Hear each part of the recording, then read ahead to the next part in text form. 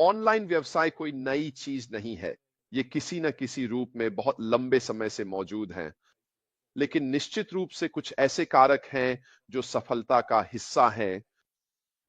Online अब online व्यवसाय नहीं है, सामान्य ऑफलाइन व्यवसायों से पूरी तरह से अलग, लेकिन आपको निश्चित रूप से अपने बॉक्स में अलग उपकरण रखने की आवश्यकता है ताकि आप इसे और अधिक सफल बना सकें। क्यों? क्योंकि सबसे बड़ा कारण यह है कि आप उस चीज पर निर्भर नहीं हैं जिसे वे फुटफॉल कहते हैं, है ना? एक पारंपरिक ऑफलाइन व्यवसाय बहुत हद तक उस चीज पर निर्भर करता है जिसे वे फुटफॉल कहते हैं, जो मूल रूप से उनके व्यवसाय के सामने से गुजरने वाले लोगों को दर्शाता है। यह आपके ऑनलाइन व्यवसाय के लिए उस स्थिति के बराबर है जब लोग आपके उत्पादों और सेवाओं को देखते हैं, लेकिन व्यवसायों के काम करने के तरीके काफी हद तक एक जैसे ही हैं। लेकिन सफल होने के लिए आपको विविधता लाने के अलग-अलग तरीकों को देखना होगा। तो चलिए अब हम उन कुछ कारकों पर नजर डालते हैं जो निश्चित रूप से किसी भी ऑनलाइन व्यवसाय में सफल होने के लिए जरूरी हैं। और सफल होने के लिए आपको इन कारकों का एक मजबूत संयोजन भी चाहिए। ये सिर्फ एक चीज नहीं है, बल्कि इन सब का मेल है। इनमें से एक है एक स्पष्ट रूप से परिभाषित व्यवसाय योजना। अब हम विशेष रूप से जो हम अगले चरण में करने जा रहे हैं, उसमें जरूरी नहीं कि हमारे पास कोई परिभाषित विशिष्ट व्यवसाय योजना हो। क्यों? क्योंकि हम वास्तव में कह सकते हैं रूपक रूप में पिगी बैकिंग कर रहे हैं जो हमारे सीईओ उस व्यवसाय के साथ कर रहे हैं जिसमें हम प्रवेश करने जा रहे हैं। उनके पास एक व्यवसाय योजना है। जिस चीज का हम हिस्सा बनने जा रहे हैं उसकी सफलता के लिए हम अपने हिस्से के व्यवसाय के लिए जहां हम जाने वाले हैं, अपनी खुद की योजना बनाकर अपना योगदान दे सकते हैं। साथ ही हमें प्रभावी बाजार रणनीतियां भी चाहिए। ये कॉरपोरेट पक्ष के लिए भी लागू होता है और हमें अपने लिए भी इसकी आवश्यकता है। हमने बात की है ना, उन विभिन्न बाजार रणनीतियों के बारे में जो इस समय मौजूद हैं।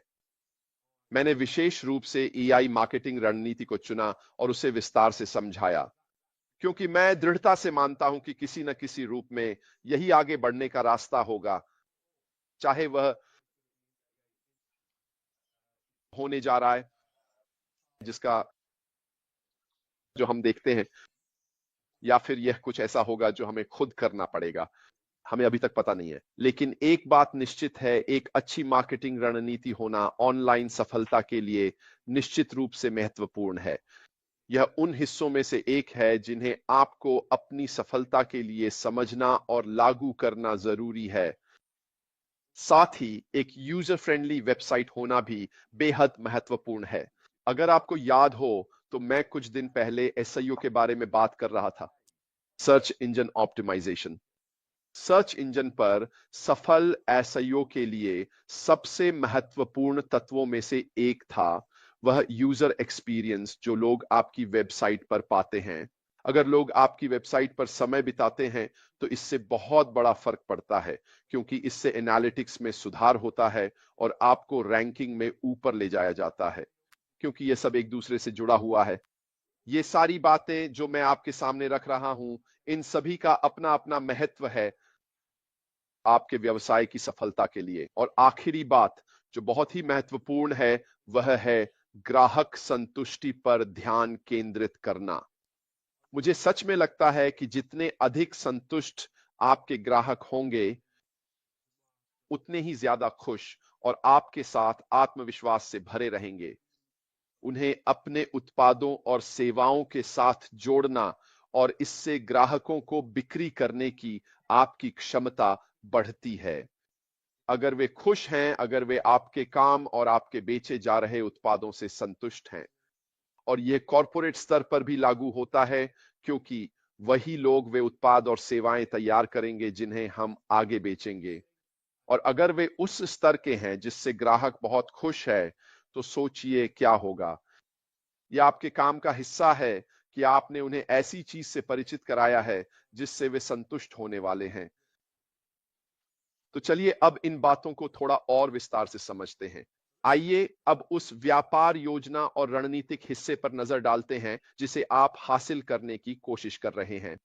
बाजार अनुसंधान वास्तव में आपके लक्षित दर्शकों, उनकी आवश्यकताओं और उस प्रतिस्पर्धी माहौल को समझने के साथ जुड़ा हुआ है जिसमें आप प्रवेश करने जा रहे हैं। आपके उत्पाद और सेवाएं दूसरों की तुलना में कैसी हैं, यह वास्तव में अनिवार्य है। मैं आश्वस्त हूं और मुझे पूरा यकीन है कि हमारे सीईओ जानते हैं कि उनके प्रतिस्पर्धी कौन हैं और वे उस रणनीति में कैसे फिट होते हैं कि वे उस बाजार में कहां रहने वाले हैं। आपने उन्हें यह कहते हुए सुना है कि जो हम पेश करने जा रहे हैं वह बहुत ही क्रांतिकारी है। ये बहुत सारे लोगों की सोच को बदलने वाला है कि चीजें कैसे काम करेंगी, और यह सब इसलिए क्योंकि उन्होंने पहले ही देख लिया है कि हम बाजार में कहां खड़े हैं। असल में उनके लिए यह लगभग सबसे महत्वपूर्ण हिस्सा है, क्योंकि कुछ उत्पाद और सेवाएं जो हमारे पास होंगी और जो वे पेश कर रहे हैं वे अन्य प्रतिस्पर्धियों को टक्कर देने वाली हैं। और यह वास्तव में महत्वपूर्ण है कि इसी वजह से हमें अपने लक्षित दर्शकों को समझना चाहिए। शोध किया जा रहा है और वास्तव में उनकी जरूरतें क्या हैं यह जाना जा रहा है। अगर आपको बहुत समय पहले की बात याद हो तो उन्होंने क्या कहा था? उन्होंने कहा था अगर इसकी जरूरत है तो हम इसे विकसित करेंगे। यानी अपने लक्षित दर्शकों को जानना। अगर इसकी कोई जरूरत नहीं है तो वे अपना समय कुछ ऐसा विकसित करने और लोगों को लक्षित करने में नहीं लगाएंगे जिसकी वास्तव में कोई जरूरत ही नहीं है।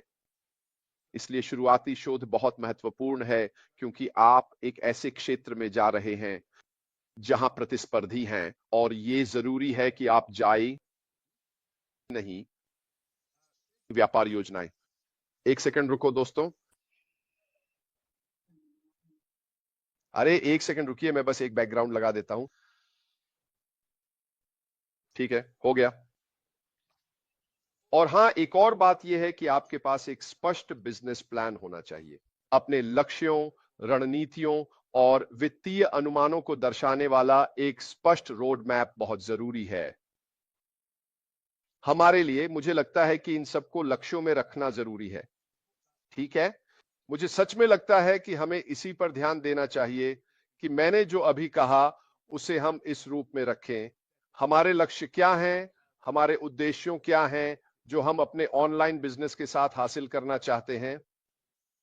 मैं ये इसलिए कह रहा हूं क्योंकि एक सेकंड रुकिए, मैं ये इसलिए कह रहा हूं क्योंकि जीन मुझे अभी मैसेज कर रही है। हाँ ठीक है, ठीक है जीन, मुझे वह मिल गया, इसे भी मैं साथ साथ ठीक कर देता हूं। मल्टीटास्किंग। ओह, हम जाहिर तौर पर नहीं चाहते कि यहां बहुत सारे नकारात्मक लोग हों।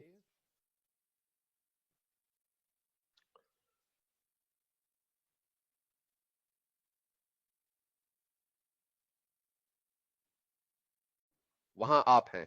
ठीक है, फिर मिलेंगे। ये काम भी हो गया, इसके लिए धन्यवाद जीन।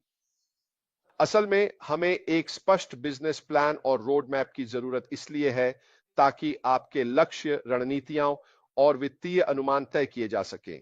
हर किसी का वित्तीय लक्ष्य अलग अलग होगा जहां वे पहुंचना चाहते हैं।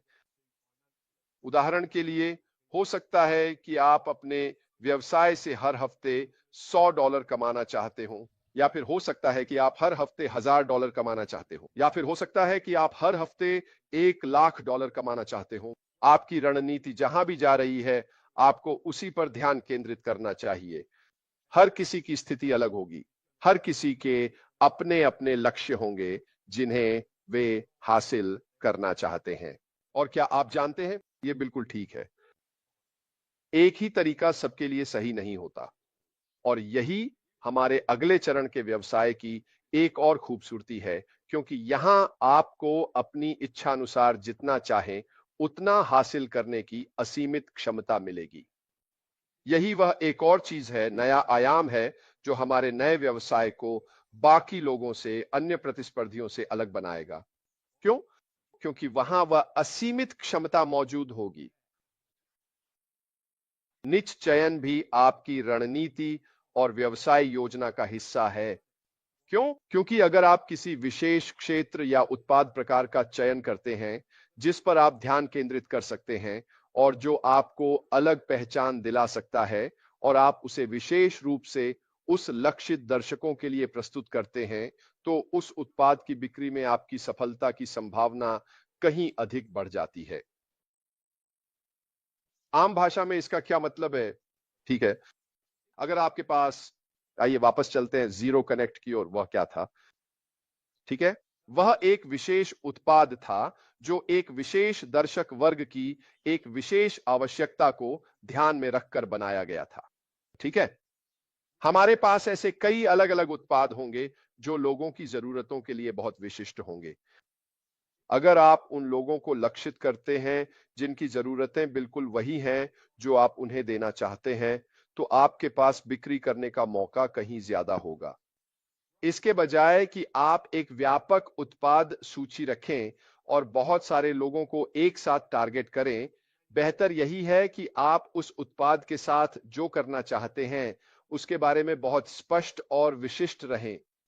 ठीक है, यहां तक कि वेबसाइट पर बिक्री के शब्दों, कीवर्ड्स, रणनीतियों, हर चीज में भी हर चीज उसी एक उत्पाद को बेचने के लिए लक्षित होगी जिसे आप बेचने की कोशिश कर रहे हैं।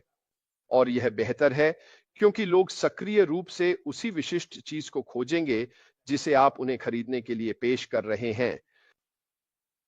अगर आप कहें, हमारे पास बहुत सारी चीजें हैं, आप में से बहुतों को पसंद आएंगी, आकर देखिए, तो वह विशिष्ट नहीं है ना? यह तो एक समग्र बात है। यह आपको बिक्री करने में मदद नहीं करेगा। फिर से, ये वे बातें हैं जिनके बारे में आप सोच सकते हैं। ये वे चीजें हैं जिन्हें आप अपनी खुद की वेबसाइट्स में और अपने लक्ष्यों के शब्दों में सच में विकसित कर सकते हैं। जितना अधिक आप विशिष्ट होंगे, जितना अधिक आप अपने लक्ष्य में निच होंगे, उतना ही बेहतर आप अपने उत्पादों या सेवाओं की बिक्री कर पाएंगे। ये मैं खुद से नहीं बना रहा हूं, यह सिद्ध हो चुका है। यही आपकी योजना और रणनीति का हिस्सा है। यानी जब आप अपने जीवन, अपने व्यवसाय या अपने किसी भी लक्ष्य के लिए कोई योजना बनाते हैं, तो उसमें सबसे महत्वपूर्ण बात यह होती है कि आप खुद को दूसरों से अलग कैसे साबित करते हैं। आपके बारे में क्या अनोखा है जो आपको भीड़ से अलग बनाता है? आपकी सोच, आपके विचार, आपके काम करने का तरीका, आपकी प्रतिभा, इन सब में ऐसी कौन सी खासियतें हैं जो किसी और में नहीं है? जब आप अपनी योजना और रणनीति बनाते हैं, तो आपको यह गहराई से समझना होता है कि आपकी असली अनूठी बातें क्या हैं और आप उन्हें किस तरह से सामने लाते हैं। क्या आपके पास कोई ऐसी विशेषता है जो आपको बाकी लोगों से अलग करती है? क्या आपके अनुभव, आपकी शिक्षा या आपके दृष्टिकोण में कुछ ऐसा है जो आपको विशिष्ट बनाता है? इन सभी सवालों के जवाब ही आपकी असली अनूठी पहचान को उजागर करते हैं। यही वे बातें हैं जिन पर आपको अपने लक्षित ग्राहकों के लिए, जो इसे खरीदना चाहते हैं, विशेष रूप से, खास तौर पर, पूरी तरह से, गंभीरता से, अत्यधिक सावधानी और ध्यानपूर्वक ध्यान केंद्रित करना चाहिए। असल में यह हमारे लिए क्यों अच्छी बात है, आप सोच सकते हैं। ये वास्तव में बहुत ही अच्छी बात है क्योंकि हमारे पास पहले से ही ऐश मुफारे के बेहतरीन और उत्कृष्ट उत्पादों का अनुभव है जो सचमुच बेहद अनूठे हैं, जो बाजार में उपलब्ध अन्य चीजों से बहुत अलग हैं। और मुझे पूरी तरह से विश्वास और भरोसा है कि आगे आने वाले चरणों में भी हमें वही अनूठापन और विशेषता देखने को मिलेगा। इसमें कोई भी संदेह नहीं है, यह निश्चित रूप से सच है। जब आप अपनी वेबसाइट्स तैयार कर रहे हों या फिर रीसेल के नजरिए से बाहर जाकर बेच रहे हों, तो ये वे बातें हैं जिनके बारे में आपको अच्छी तरह से सोचना चाहिए। मैं जो किसी और को बेच रहा हूं, उसमें अनूठा क्या है? उसमें कौन सा ऐसा विशेष या अनूठा हिस्सा है जो इसे बाकी चीजों से कहीं ऊपर खड़ा करता है? यही आपकी बिक्री रणनीति, आपकी मार्केटिंग रणनीति का हिस्सा है, इन बातों को उजागर करना ताकि लोग उसमें कुछ अलग नोटिस कर सकें। मैं आपको एक उदाहरण देता हूं। आइए एक मोबाइल फोन के बारे में बात करते हैं, ठीक है? एप्पल अपने नए लॉन्च किए गए फोन के बारे में क्या कहता है?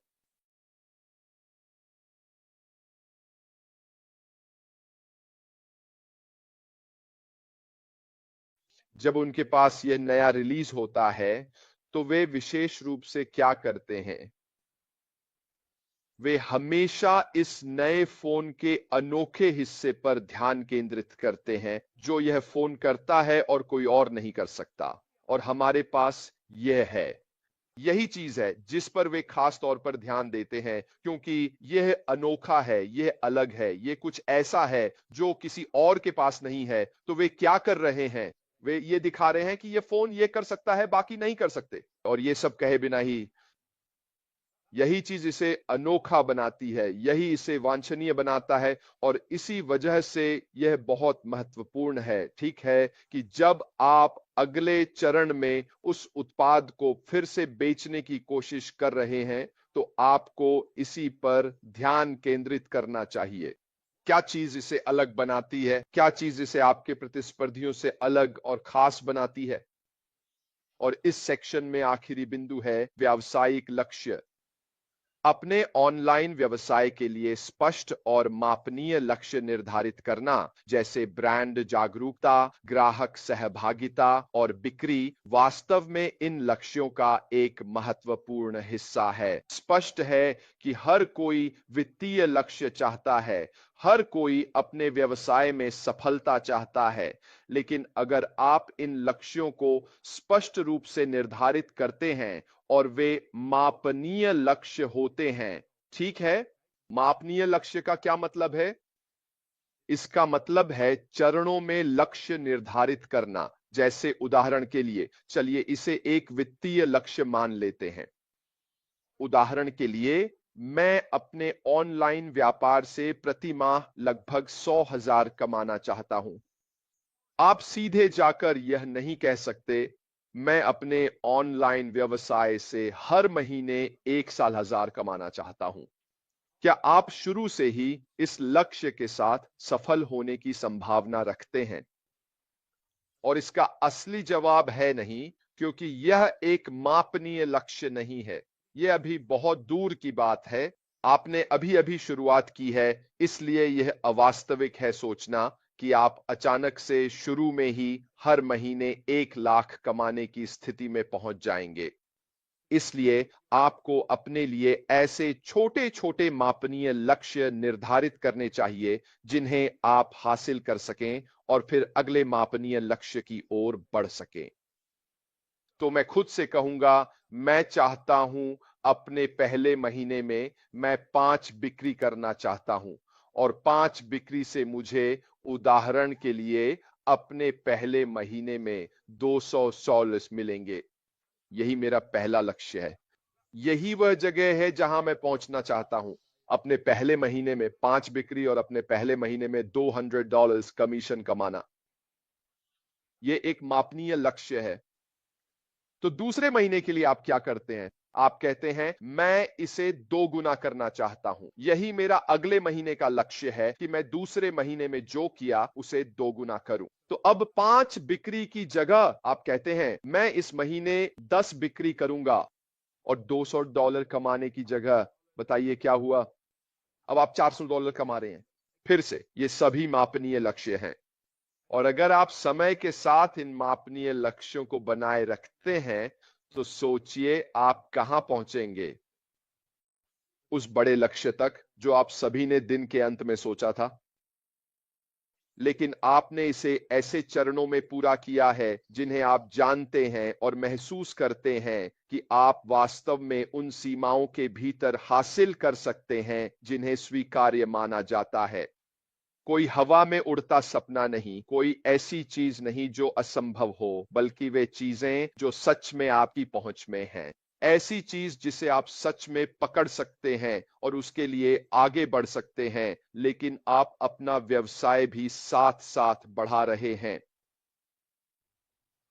यह बहुत बहुत जरूरी है कि आप यह सुनिश्चित करें कि आपके ऑनलाइन व्यवसाय के ये मापनीय लक्ष्य आपके बिक्री लक्ष्यों का हिस्सा हों। यह भी महत्वपूर्ण है कि आपके पास अपने ब्रांड की जागरूकता हो, माफ कीजिए, कि आपका व्यवसाय असल में है क्या। ठीक है, और उससे भी ज्यादा जरूरी है कि आप अपने ग्राहकों के साथ जुड़ें। यह सिर्फ बिक्री के बारे में नहीं है। बिक्री तो बिक्री है, गलत मत समझिए। आप एक बिक्री से पैसे कमाएंगे, लेकिन उसी ग्राहक से बार बार नियमित रूप से बिक्री होना कहीं ज्यादा महत्वपूर्ण है। यह वह चीज है जो आपको अधिक स्थायी आय देती है, क्योंकि वही ग्राहक बार बार कुछ खरीद रहा है। तो आप ग्राहकों को अपने उत्पादों और सेवाओं का बार बार खरीदार कैसे बना सकते हैं? बहुत आसानी से, ग्राहक जुड़ाव के जरिए। समस्याओं को सुलझाने में समय बिताना, नियमित अपडेट देना और अपने ग्राहकों के साथ लगातार संवाद करना आपके ऑनलाइन व्यवसाय की सफलता के लिए बेहद महत्वपूर्ण है, क्योंकि सच तो यह है कि उनके पास चीजें खरीदने के लिए कई विकल्प हैं। हां, हो सकता है कि आपका उत्पाद दूसरों से ज्यादा अनोखा हो, और हां, उसकी कीमत भी सही हो, और बाकी सब कुछ भी, लेकिन बाजार में बहुत सारी प्रतिस्पर्धा भी है।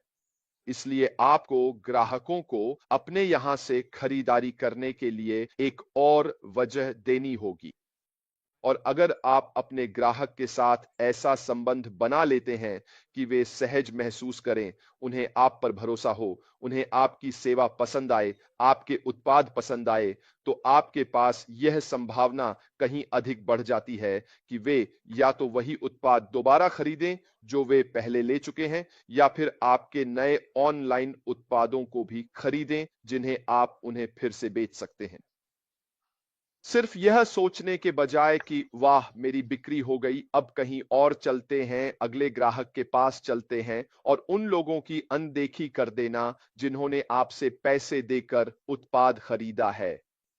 अपने ग्राहकों के साथ संवाद और संपर्क करने की क्षमता होना, उनके साथ बातचीत करना, यह बहुत बहुत जरूरी है। हम इस बारे में आगे चलकर विस्तार से बात करेंगे।